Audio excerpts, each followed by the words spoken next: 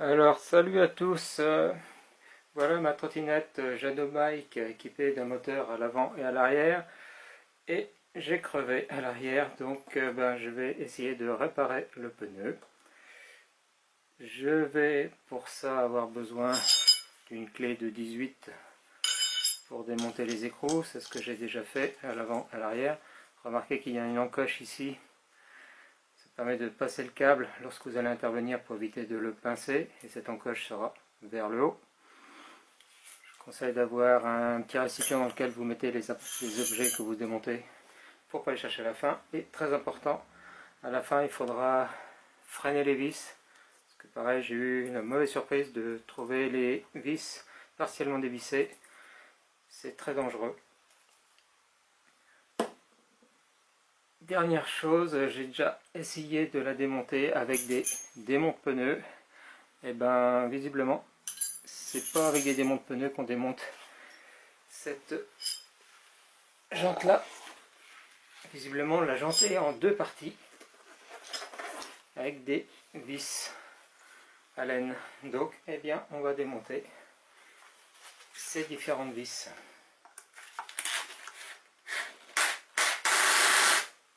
qui sont visiblement elles bien serrées.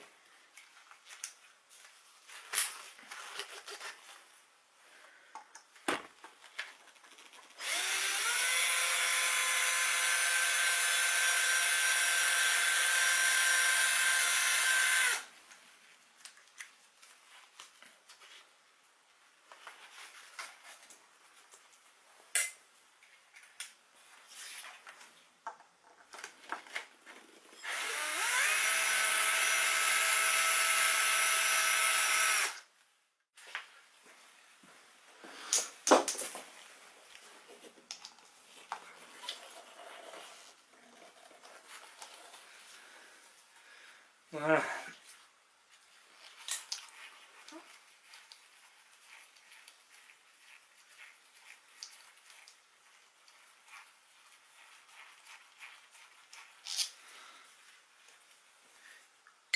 Les 5 vis sont enlevées. Il va falloir maintenant démonter les deux demi-jantes. C'est là que je vais faire le lien avec un tournevis. Hop. Voilà. Bon, finalement, c'est plutôt simple. Je passe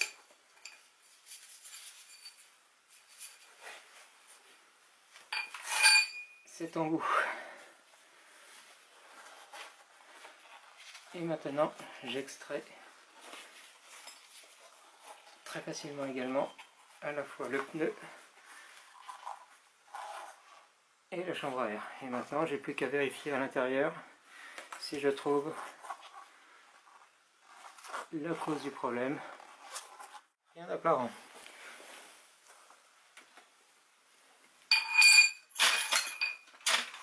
Alors, remarquez également que sur le pneu, il y a un sens de rotation. Il faudra bien le remonter dans ce sens-là. Maintenant, il va falloir que je gonfle la chambre à air pour trouver la fuite si celle-ci n'est pas apparente facilement. Donc la chambre à air, c'est une 10 par 2, 10 pouces de diamètre, 2 pouces d'épaisseur, on peut supposer. On va gonfler ça. Pour trouver la fuite, on regonfle avec une pompe notre chambre à air. Là, on l'entend siffler, ça veut dire qu'on devrait pouvoir à l'oreille trouver la fuite. Mais le plus simple, c'est encore de la plonger petit bout par petit bout dans de l'eau pour trouver plus facilement la fuite. Donc on voit que ça bulle ici. Et puis on finit quand même de vérifier partout au cas où.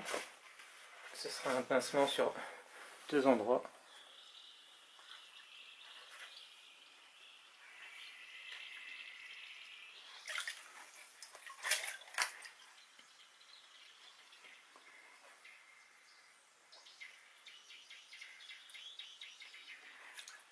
Donc il y a bien une seule fuite qui est localisée ici.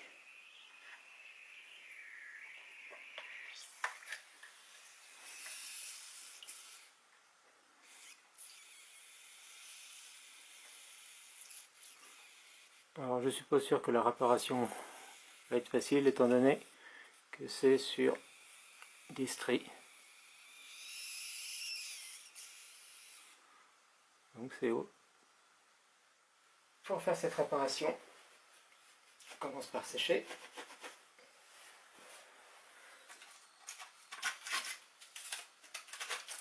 On va choisir une rustine de taille adaptée. Il va falloir gratter avec le papier de verre que j'ai normalement fourni avec le kit rustine. Parfois c'est ce truc là.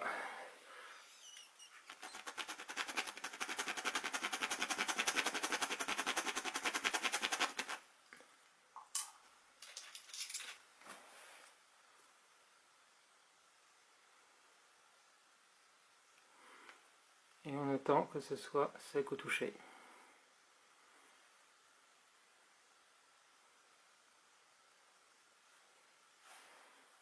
Alors après que c'est presque séché, au bout d'une minute, on enlève la rustine. Il faut garder le côté orange.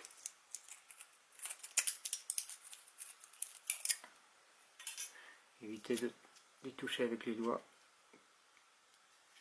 qui sont plutôt gras.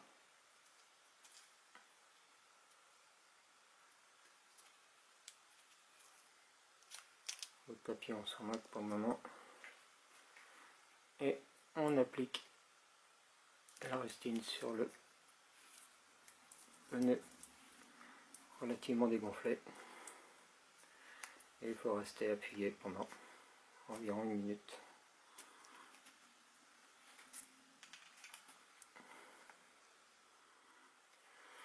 Voilà, donc après environ une minute, la colle a pris. Si le papier veut s'enlever, on enlève, sinon c'est pas gênant.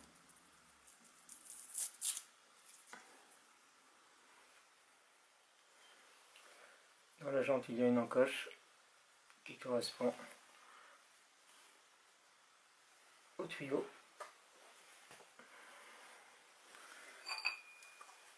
On remet bien dans la direction de rotation.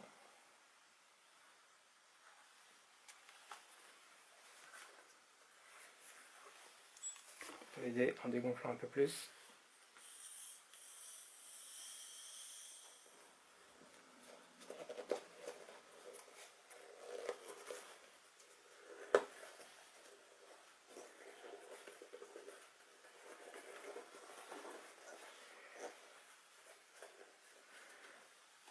Voilà, donc on est en place. Je peux regonfler un petit peu.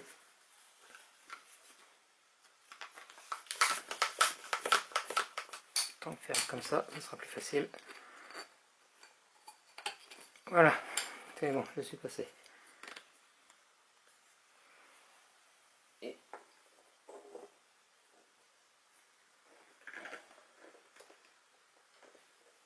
voilà, donc je mets bien à cet endroit-là. Effectivement, ça correspond bien à l'empreinte des vis du dessous. Et je vais pouvoir remettre les vis avec un tout petit peu de frein filé dessus.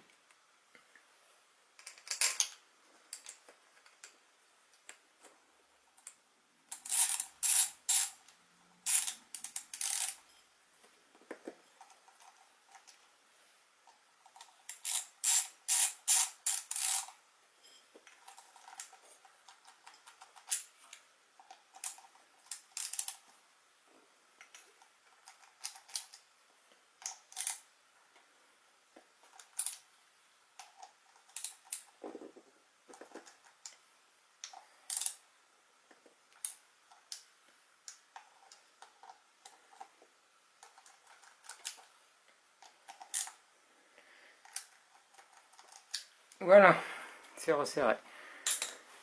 Et il ne reste plus qu'à mettre la roue dans son logement. Si on veut être sûr, on peut également bien gonfler et vérifier dans 1 heure ou 2 si la pression est bonne. Alors il ne reste plus qu'à resserrer les écrous de part et d'autre en ayant ajouté du frein filet pour éviter que ça se desserre. Il ne faut pas en mettre une grosse quantité, juste une goutte.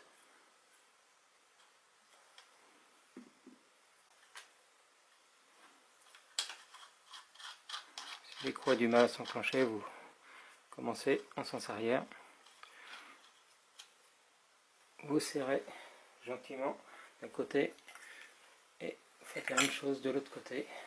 Attention à se pincer les doigts, là ça tient sur la béquille.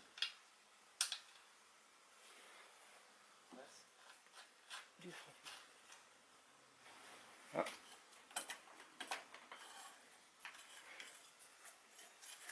On vérifie que c'est bien serré. On serre un petit coup là.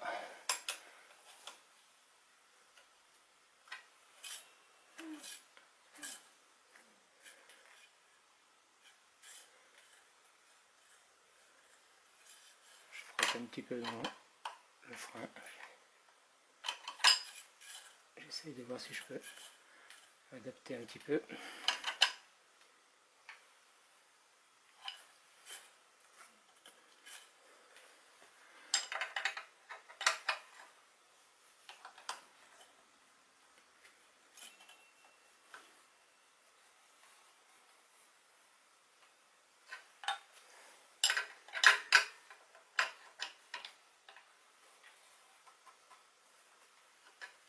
Voilà.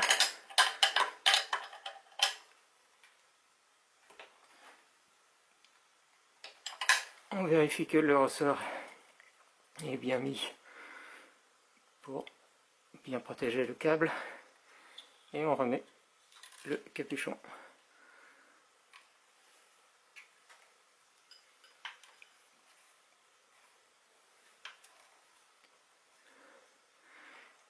Et pour ce qui est de ce câble, il sera possible de remettre un collier qui a été enlevé ici pour le tenir et éviter qu'il aille dans les amortisseurs. Ciao!